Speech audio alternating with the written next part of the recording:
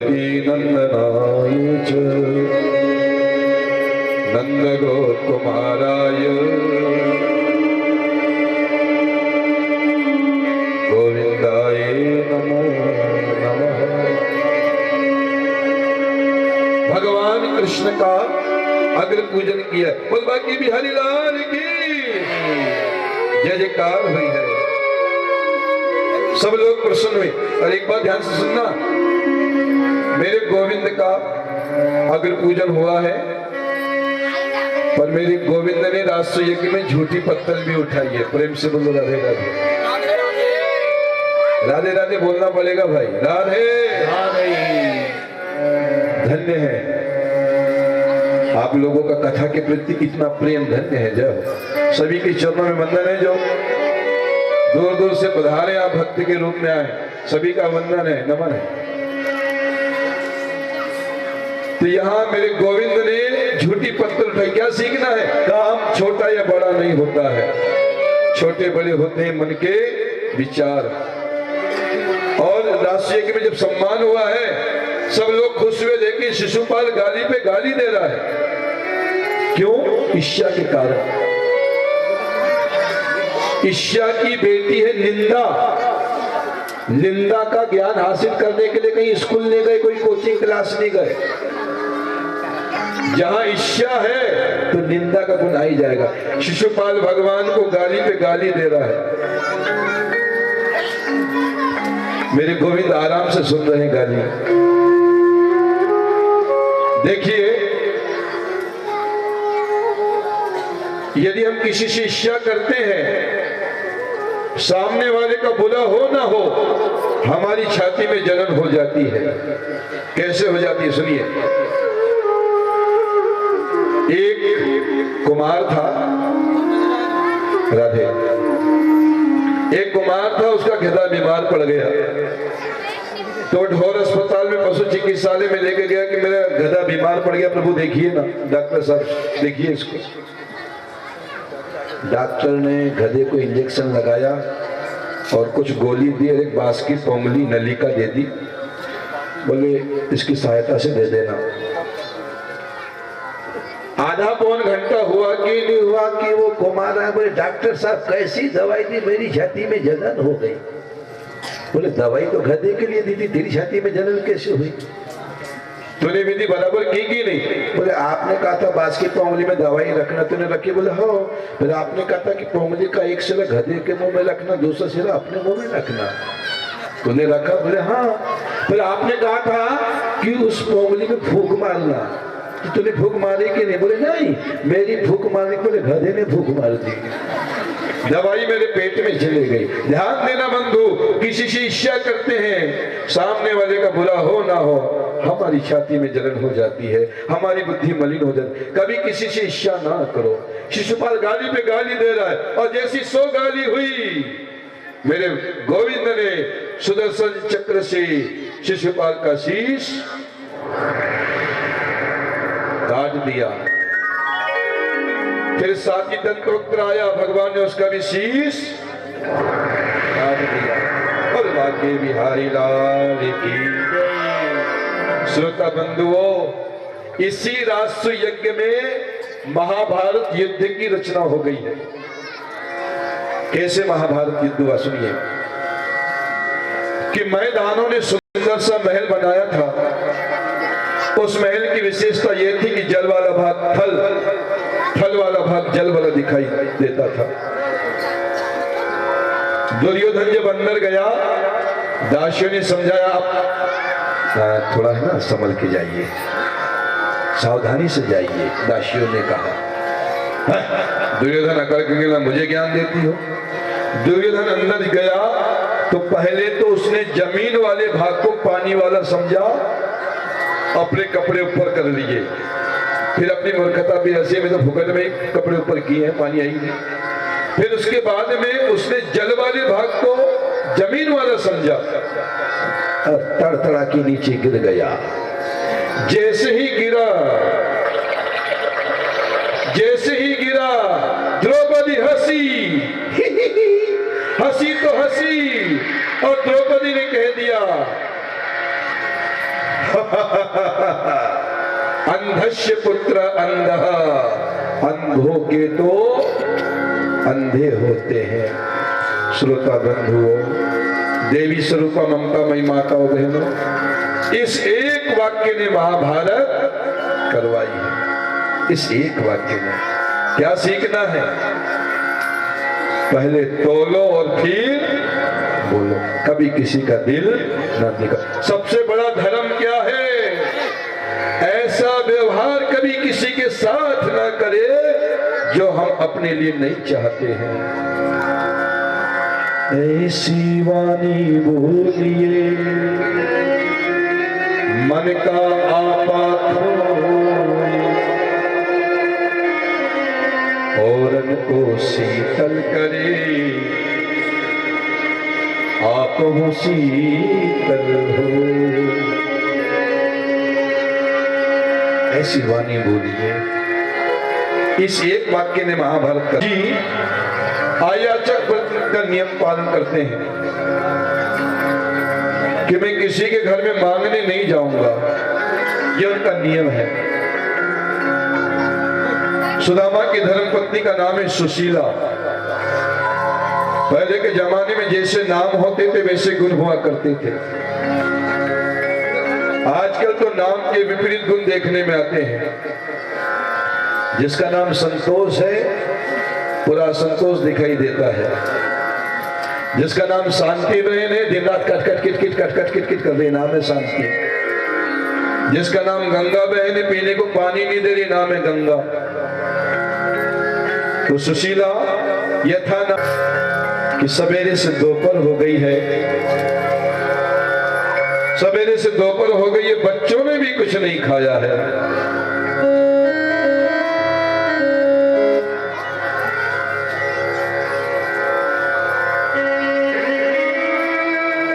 सुदामा जी की धर्मपत्नी सुशीला ने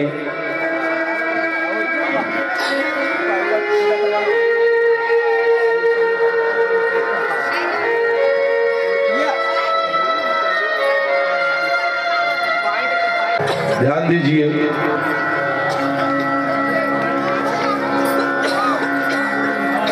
एक मां सब कुछ सहन कर सकती है, बच्चे भूख से तड़पे कोई मां सहन नहीं कर सकती।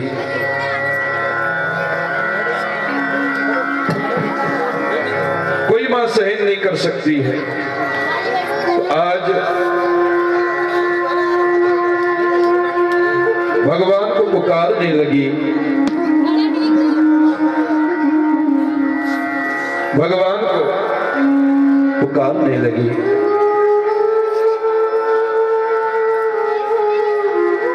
और सच्चे हृदय से पुकारा है तो मेरे गोविंद आ गए। गोविंद ने लिया है संत का बिच्छू का रूप, अलग निरंजन। तो क्या कह रही है सुशीला? कहने लगी देखो हमारे यहाँ तो रोज की एकादशी हो रही है, रोज की एकादशी ने रोज का उपवास हो रहा है। तो भगवान क्या कहते हैं? अपने पति परमेश्वर से कहना कि एक बार द्वारकाधीश कृष्ण से मिल ले तो फिर रोज की एकादशी नहीं करनी पड़ेगी, महीने की 2 ही एकादशी करना। सुशीला ने कहा ठीक है। दोनों पति पत्नी सत्संग करते हैं। हर घर में 4 आरती सवेरे 4 आरती शाम को रोज करना चाहिए।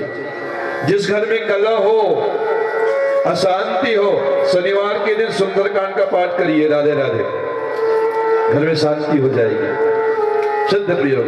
तो दोनों पति पत्नी सत्संग करते हैं, भगवान का वंदन करते हैं, कीर्तन कर। तो आज भी कीर्तन कर रहे हैं। श्री कृष्ण गोविंद हरि मुरारी, हे नाथ नारायण देवा,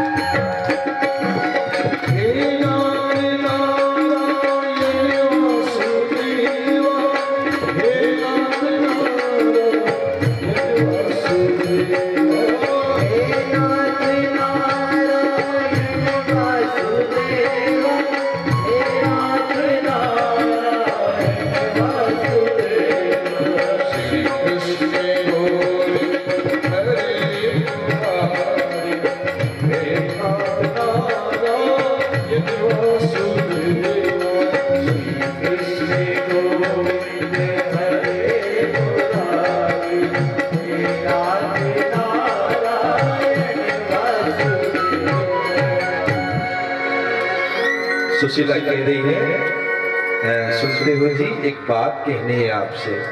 हाँ हाँ बोलो सुशीला। आप कथा में कहते हैं कि कन्हैया अपने मित्रों से बड़ा प्रेम है। हाँ हाँ हाँ बिल्कुल बिल्कुल सही। आपने ये भी कहा कि वो मित्रों के लिए चोरी भी करते थे। हाँ हाँ हाँ बिल्कुल। तो सुशीला कहने लगी क्यों न एक बार आप द्वारकाधीश कृष्ण से मिल के आ जाओ। सुदामा जी कहते हैं मैं जाऊंगा मिलने के लिए तो लोग कहेंगे ब्राह्मण मिलने नहीं मांगने आया है। और मेरा नियम ये है, राधे, मेरा नियम ये है कि मैं भगवान के द्वार के दाने लेके आई है। चाहती तो एक ही जगह से 2 मुट्ठी चावल ला सकती थी, अलग अलग इसलिए क्योंकि सुदामा के घर की स्थिति क्या है द्वारकाधीश कृष्ण ये देखते सी समझ जाएंगे। हायरी निर्धनता, कोई साबुत कपड़ा नहीं है तो फटा हुआ चिथड़ा था, उसी की 4 सर बनाई यानी घड़ी बनाई और उसमें चावल डाल दिए और कहने लगी ऐसी मेली कुचेली पोटली देने में तुम्हें संकोच होगा ना, कह देना ये भेंट तुम्हारी भाभी ने भेजी है, ये भेंट तुम्हारी भाभी ने भेजी है। सुदामा जी चले, यही महीना है पोष का महीना। हम लोग उस समय गर्म कपड़े पहनते हैं पर सुदामा जी ने वस्त्र के नाम पे केवल फटी हुई धोती पहनी है, हाथ में लकड़ी है, दुर्बलता के कारण नस नाड़ी चमक रही है, पोटली ऐसी दबा ली है यहां। लाट बुलाइए आप सुदामा जी। 2 मील चलेंगे नहीं चले मूर्छा सी आ गई है, भगवान को पुकार रहे हैं, भगवान को पुकार रहे हैं तो भगवान ने गरुड़ जी को भेजा। गरुड़ जी ने सुदामा जी को पीठ पे लिया है, द्वारका में छोड़ दिया। सुदामा जी की मूर्छा खोली, भैया ओ भैया, भैया कौन सी नगरी है ये? बोले तुम्हें नहीं मालूम? बोले ना ये तो द्वारकापुरी है। ओहो मैं तो बहुत जल्दी आ गया, बहुत जल्दी आ गया।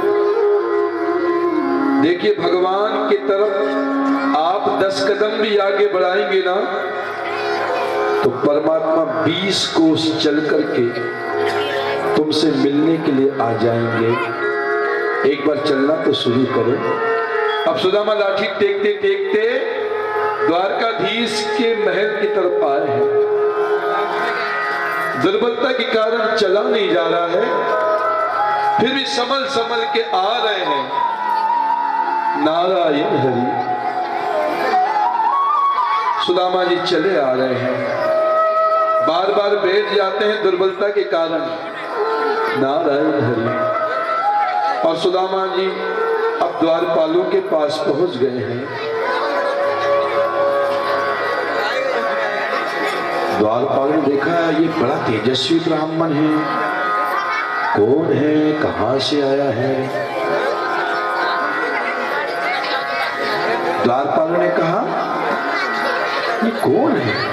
जैसे सुदामा सीढ़ी चढ़ने लगे, कहां जा रहा है अंदर? हे भिखारी कहां जा रहा है? बोले भैया भैया मुझे डांटो नहीं, मैं कन्हैया का मित्र हूं। जो कुछ मांगना है हमसे मांग ले, तो अंदर नहीं जा सकता। बोले भैया मैं भिखारी नहीं हूं।